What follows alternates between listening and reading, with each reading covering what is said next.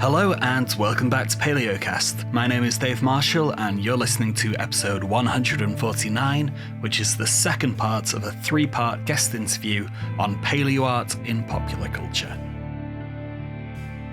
Obviously, if you've not yet listened to part one, then that's the place to start, but this second part is absolutely fascinating, and in it you'll hear Vicky Coules talking all about dinosaurs in film and animation, but examining titles from within their original historical, scientific and social contexts.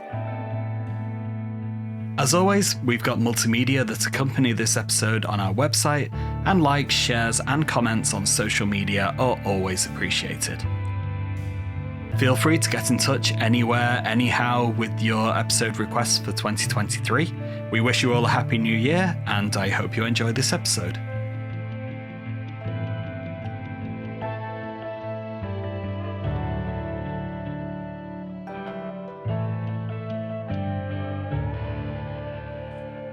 So, is it fair to say that Jurassic Park kind of set the popular image for dinosaurs back in 1993?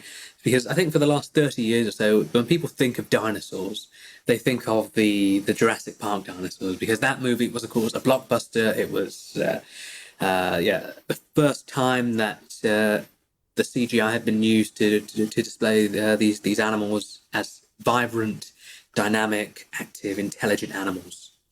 Very much so. And I think the use of the CGI, it was the first time we had the finance as well as the technical ability, if you like, the computer ability to do that. So it was the first time really that the human-dinosaur interaction looked vaguely believable. We'd seen it in the past with Harryhausen and Willis O'Brien, but really they were limited in what they could do with the stop frame. But with Jurassic Park, there was a strong story. It wasn't exactly as the book, but there were strong ideas in that. And the interaction between the dinosaurs and people was more or less seamless in terms of the cinematic side of it. And yes, and I think that people saw that. They hadn't seen anything like it before. And there is a sense that the public invest in their ideas of dinosaurs. I was going to come on to that because I just said a moment ago, for the last 30 years or so, people think of Jurassic Park dinosaurs. But of course, I think before that, and I think maybe in a lot of people's minds, actually, dinosaurs are still those scaly, lumbering reptiles, like the insult of dinosaur as this ancient relic that should be ushered away. Yes, and if you think about even the stop frame animation, it's something really basic with stop frame. If you're going to photograph the animal or the model, in each time you move it very slightly, each time you do that, the model has to be able to stand on its own. So what you couldn't do was have it, for example, running fast, because you couldn't get those intermediate frames because of the practicalities of photographing stop frame. So it was either stop frame or it was cartoon, effectively. But to see these dinosaurs in a story, interacting with people, looking like real animals, was a completely new experience for people. And I think the public sort of invested in that as the idea of that's what dinosaurs are. Yeah, I think it's kind of a turning point in pop culture for dinosaurs, because, like you say, that's the point where you start to, they're no longer just these abstract, well, not abstract ideas, but they're no longer just the displays in the museum. They're active animals, just like seeing an elephant or a lion. That's how Spielberg portrayed them. Yes, and the fact that they were fast-moving, the velociraptors in particular, the speed of movement, the cooperation, the sense of a speed of thinking was completely new.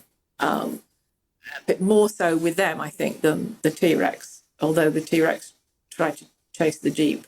This is where, the T-Rex, that scene where it chases the Jeep, I think it certainly causes a bit of discussion amongst paleontologists, certainly since that scene aired.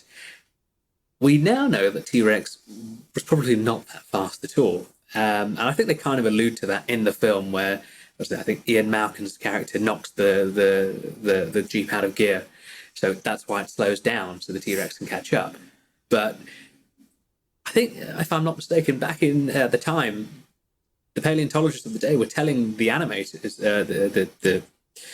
the people behind the film, that T-Rex could run like 30 miles an hour or something, and could chase down the car, and the animators were having none of it.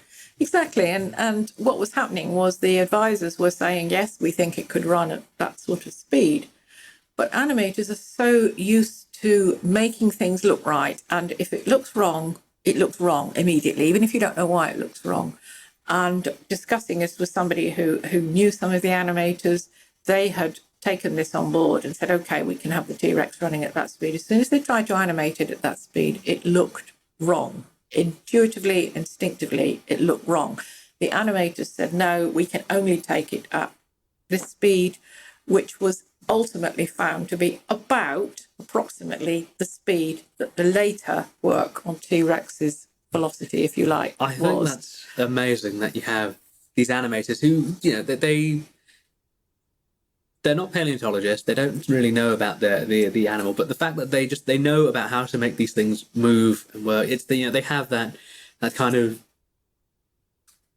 intuitiveness for anatomy.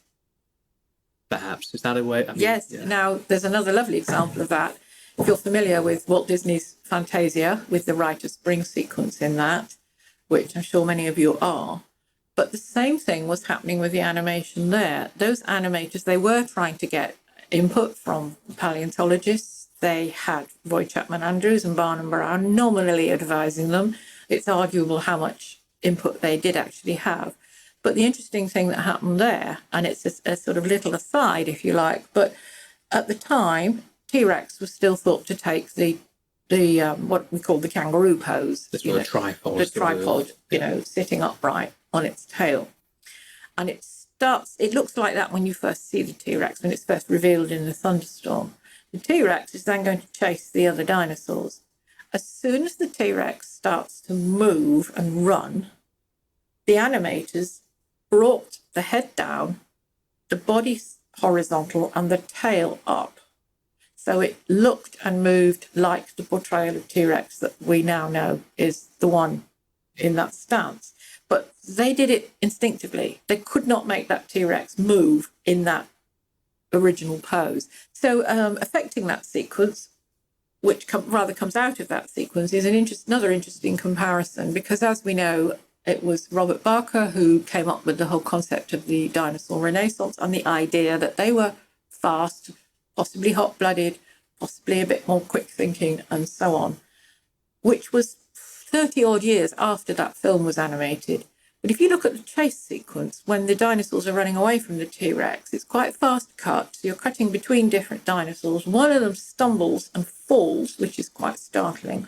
But in the background are three small bipedal dinosaurs running bipedally away from the T-Rex.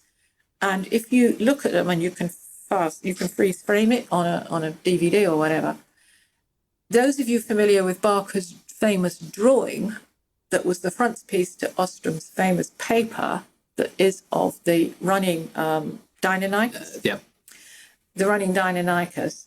They are effectively identical animals. So there was a case, again, of these animators working in the Disney studio, needing to make these dinosaurs run. We'd seen these dinosaurs in the background in an earlier sequence, but to make them run, they made them run in the same way that the paleontologists worked out 30 years later. Gosh, that's quite amazing. Like 30 years worth of science to get to the point where the animators already knew, because again they were following the fundamental sort of physics of locomotion. So yeah, I think we should be listening to the animators more often. I think. I mean, there are similar stories, I think, with Walking with Dinosaurs, aren't there, where they were using sort of, I think they were using the props, and they worked out the particular way. I think it was sauropods. They were using the prop heads, and they realised the best way that these animals could actually strip vegetation, well, could eat vegetation was to strip it using their teeth. And I think, again, it's that whole idea that sort of the filmmakers, the visual effects, the animators, they're all coming together to get, how do these things fundamentally work? And as you say, it is based on, if you like, from animators with movement, they understand biomechanics. They know how different animals moved and their different weight and ratio and so on. And I think that's something that I've heard that from people I've talked to in animation in other examples. But certainly with the dinosaurs, that was very much the case, that the animators quite often were ahead. And I'll bring in here one of my favourite dinosaur animations is, of course, Gertie the dinosaur, which was a famous cartoon, not as well known as Fantasia, but was a cartoon made in 1914 by the animator Winsor McKay, who decided for various reasons that he was fascinated by the Brontosaurus in the AMNH, as it was then. And he had become interested in animation when it didn't really exist. We're not that far after the invention of cinema. And he was an illustrator, a newspaper illustrator. He was a very, very good, talented artist. And he had become fascinated when his son came home from school with some flip books, which I think you're familiar with, where you flip the pages and make a thing look like it's many moving. of you persons done little doodles on their textbook or something. Something like that, but you can have these. And he wanted to do this. So he started to experiment with animation, and he did a couple. And he also was making a bit of money by appearing in vaudeville, the sort of stage variety. And what he would do is project his animation onto a screen. He then hit upon the idea of doing this dinosaur. So he spent some time in the AMNH looking at and studying the Brontosaurus, and he came up with this cartoon of Gertie the dinosaur. And the idea was he was on the stage dressed like a circus ringmaster. The cartoon would be projected, but he had drawn it in such a way that he could make it look like he was interacting with her, definitely a female. But what was fascinating about that animation, 1914, one of the first ever, it was certainly the first animation to set an animal in a landscape, and he didn't have cell animation then. He invented most of the techniques himself because they hadn't been thought of. And a lot of those techniques are still used in animation today, which is another fascinating long story. But what I found interesting about this is this cartoon lasts about 7 minutes, and you can see this dinosaur moving, interacting, and so on. And if you look at that cartoon, you're surprised at how good the biomechanics are of the movement. The walk cycle is right, the sense of weight. There are bits that are wrong because he had no models, but given how early that was and how much earlier than even something like Fantasia, that's another case of an animator just looking at it and thinking, is this right? There's a scene where you see her breathing, and he was timing his own breathing, but realized he had to slow it down because she was supposed to be a big animal. And I think it's a phenomenal piece of animation, but it's, again, surprises people today looking at it from the biomechanics angle as to how accurate it actually was. So that's the thing. I think people have they can see dodgy animation. They know it when they see it, and they know when something's not quite right. So I think we've all seen maybe some old documentaries perhaps with questionable CGI, and you think, okay, maybe the rendering is not perhaps the best it could be, but the way it's moving is odd, and you don't need to be a paleontologist to know that. And that's instinctive. So coming back to Jurassic Park and how it kind of set the popular image of dinosaurs for a lot of people today, that's of course caused a bit of controversy now, because obviously we now know that dinosaurs were, many of them were heavily feathered. Original Jurassic Park back in '93 did not have the feathered dinosaurs. They were still scaly, even if they were active and intelligent. And I think that's caused a lot of debate online, certainly on Twitter, where you have people complaining now that dinosaurs have gone woke. Yes. So Yes. can you take us through like what's going on there? There's several things. Firstly, I have heard, even not that long ago, people on radio I was listening to talking about, oh, dinosaurs had feathers. Oh, that means they weren't very scary. They would like, T-Rex would be like a big chicken. Now, it was almost as if you'd taken away that scary angle. And personally, I have been on the beach at Lyme Regis and nearly lost my fish and chips to a seagull, and I nearly lost my ice cream to a seagull.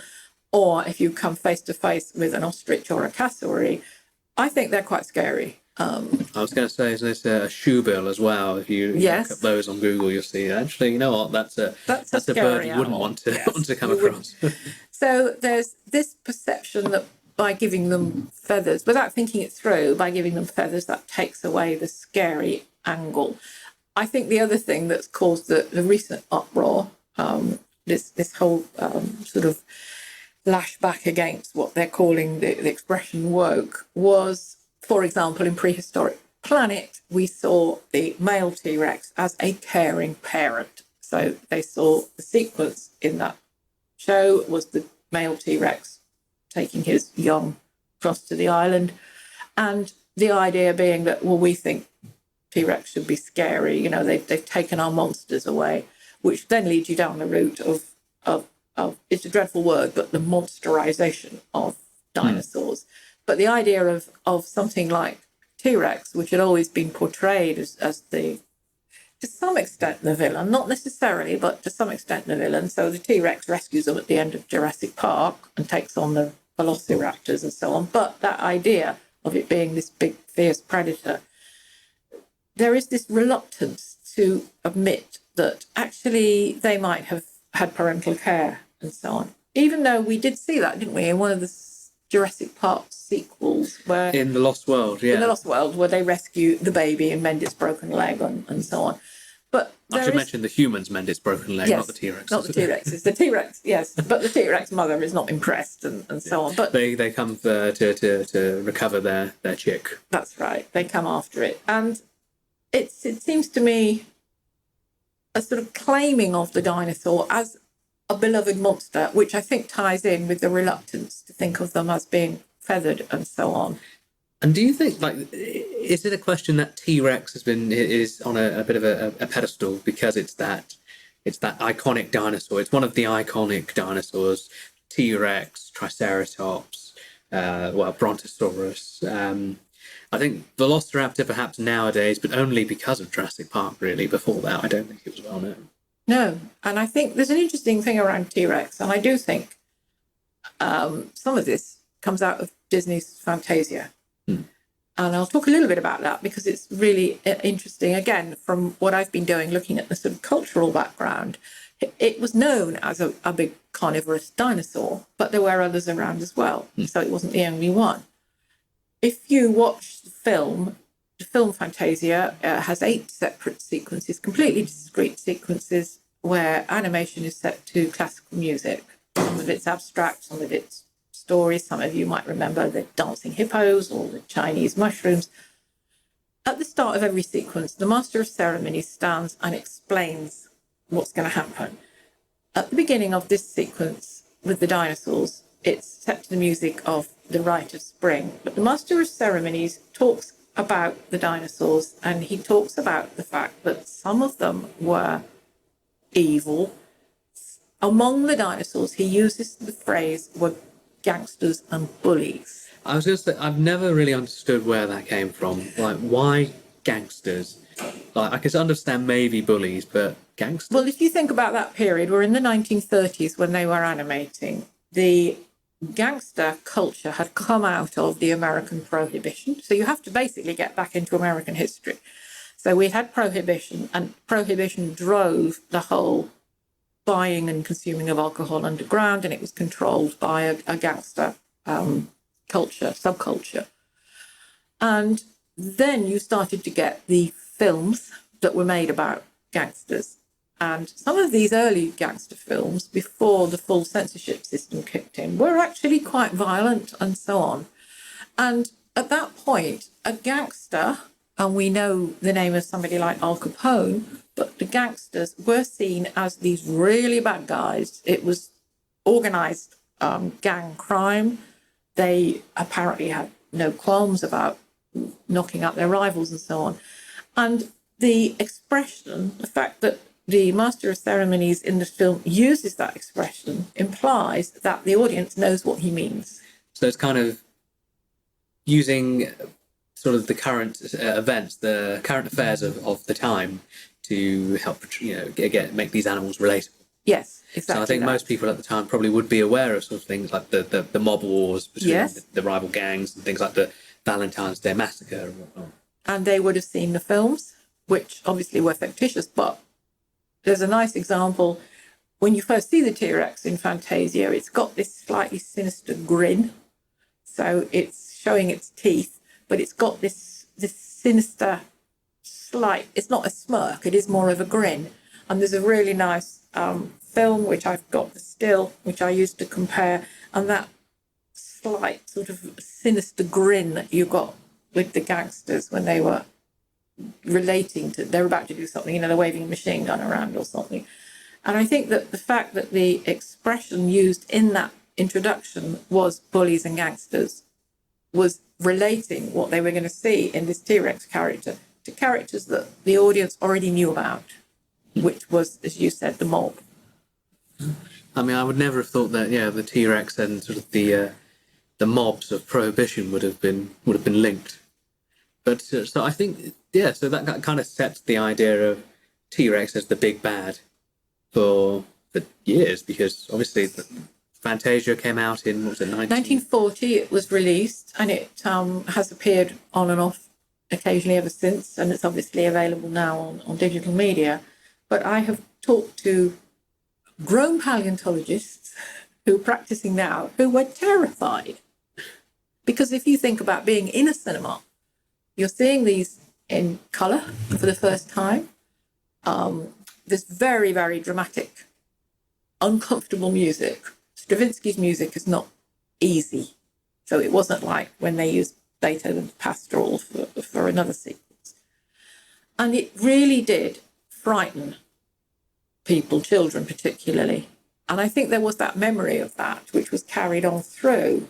And then later on, if the film was being shown again, there are people who weren't children in the 1940s, but they were then taken to see the film in a cinema and were scared by the way the animators portrayed the T-Rex when it first appears, silhouetted by lightning in a thunderstorm. And doesn't it have like glowing eyes as well? It has glowing red eyes, and this grin I've talked about reveals the sort of dark red mouth. Why it had glowing red eyes, I mean, T-Rex obviously doesn't, but that was a very clear device that the animators were using to frighten. It's to instill that emotion in the audience. And again, spoiler alert for anyone who hasn't seen this. I'm giving you a moment now to skip about 15 seconds into or maybe a minute into the future. But this is one show where the T-Rex, it wins because it eats the protagonist, as it were, the Stegosaurus, which is defending all the other dinosaurs. So is this something quite new? I mean, I think most people think of on-screen deaths for characters. Bambi comes up there in like Lion King, but this is 1940, you're saying, and maybe this is that would have been quite... Yeah, it's 1940, and it breaks a fundamental sort of rule, if you like, or convention of story. Because you think of so if you remember the sequence, the T-Rex appears, the dinosaurs all try and run away, including the Stegosaurus, Triceratops, and so on. The Stegosaurus then turns and faces the T-Rex, and they have the infamous fight. Now, at that point, the Stegosaurus is taking on the role of hero, because it's going to fight the villain. T-Rex is clearly the villain, the antagonist, and it's giving time for the others to get away. Now, in conventional story, however bad it looks, the hero wins. And in Fantasia, the hero dies.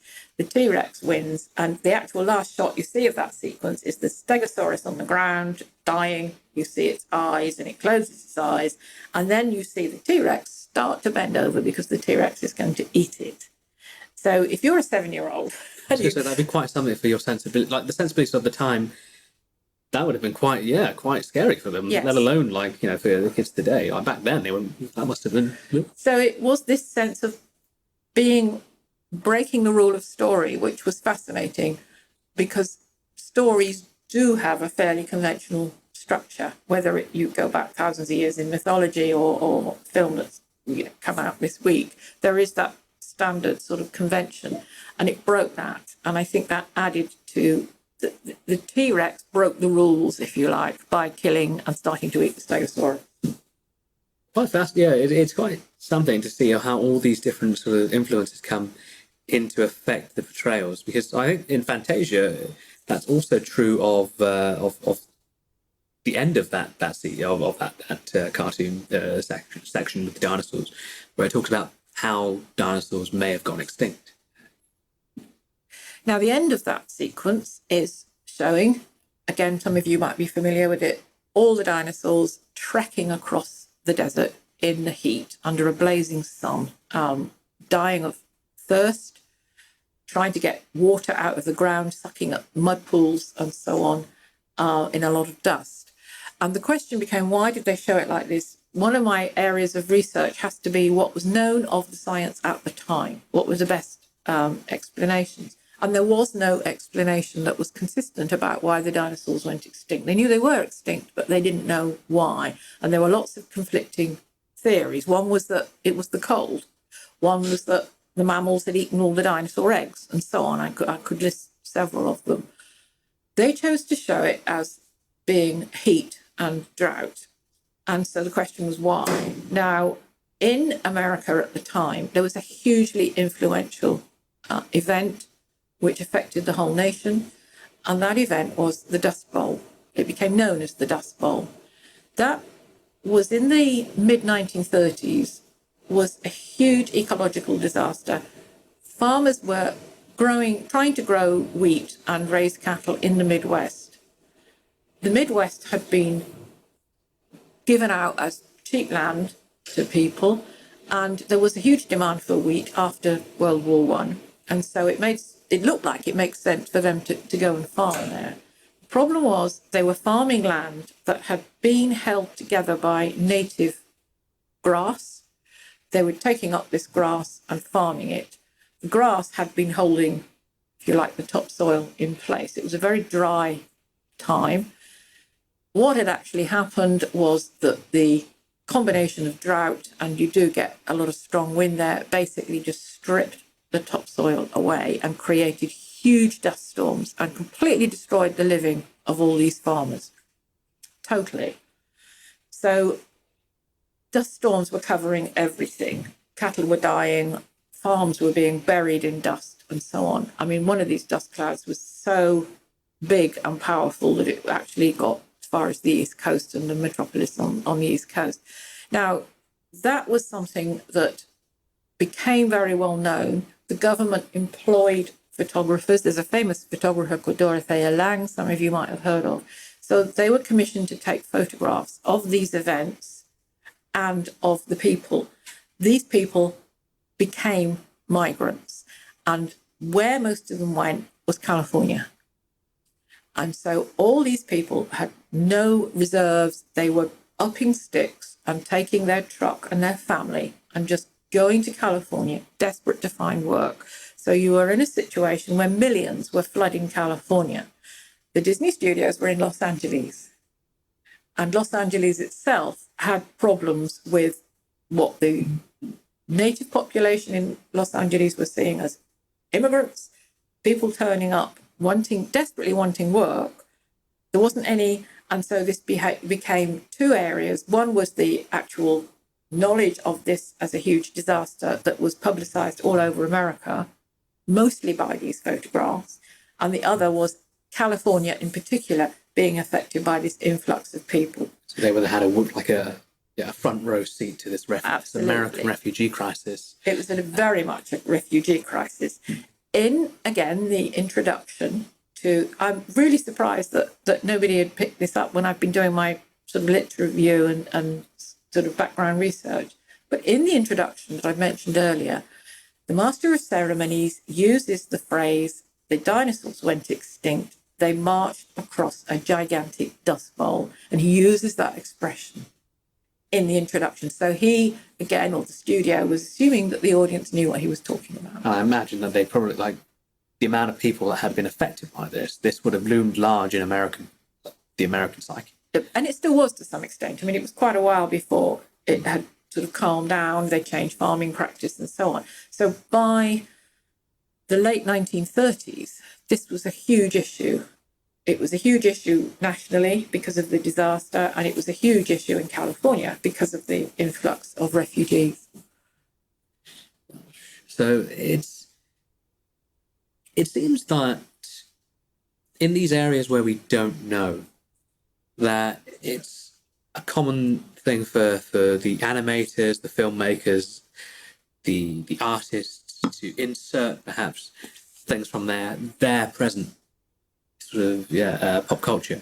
And doesn't this take us back to the original sort of division between Cope and Marsh, where Marsh was arguing that, you know, if we get, like, where we don't know, if we get it wrong, that can impact the public's perceptions for years to come, for decades. And certainly with the Dust Bowl sequence in Fantasia, I think that was, a lot of people thought that was based on science, when in reality they were just making it up, really. They were just taking something that they knew people of the time would know about, or at least resonate with, perhaps, and try and make it perhaps more understandable to audiences, rather than actually, you know, basing it on any scientific knowledge. Yes, and I think that's how much of that is actually conscious is another big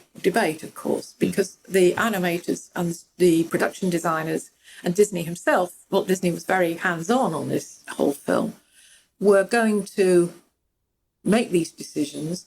So they're going to think, well, what could have been an explanation? And perhaps then thinking, well, we know that a situation like the Dust Bowl causes complete horrendous circumstances. And I'm sure a lot of farmers and their families lost their lives because of just the circumstances. And as you say, they might well have found the fact that was something that the audience would resonate with, in the same way I use the example of the gangsters. And in both those examples, this, to some extent, clearly is me thinking around the cultural influences. But the fact that in that introduction to the sequence, they use the phrase bullies and gangsters, and they use the phrase gigantic dust bowl. So they're referring to an event that they assume their audience is very familiar with. And I think that's why they chose to show it like that.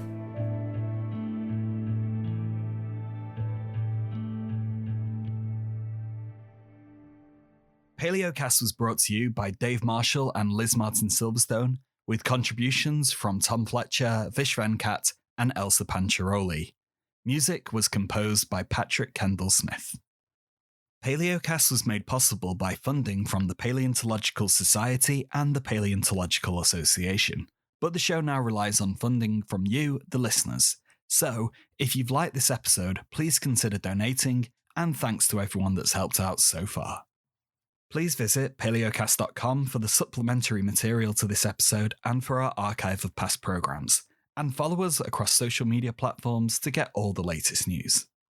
Finally, if you enjoy our podcast, then please explore all of our video content on YouTube and follow our other projects, the Virtual Natural History Museum and the Palaeocast Gaming Network.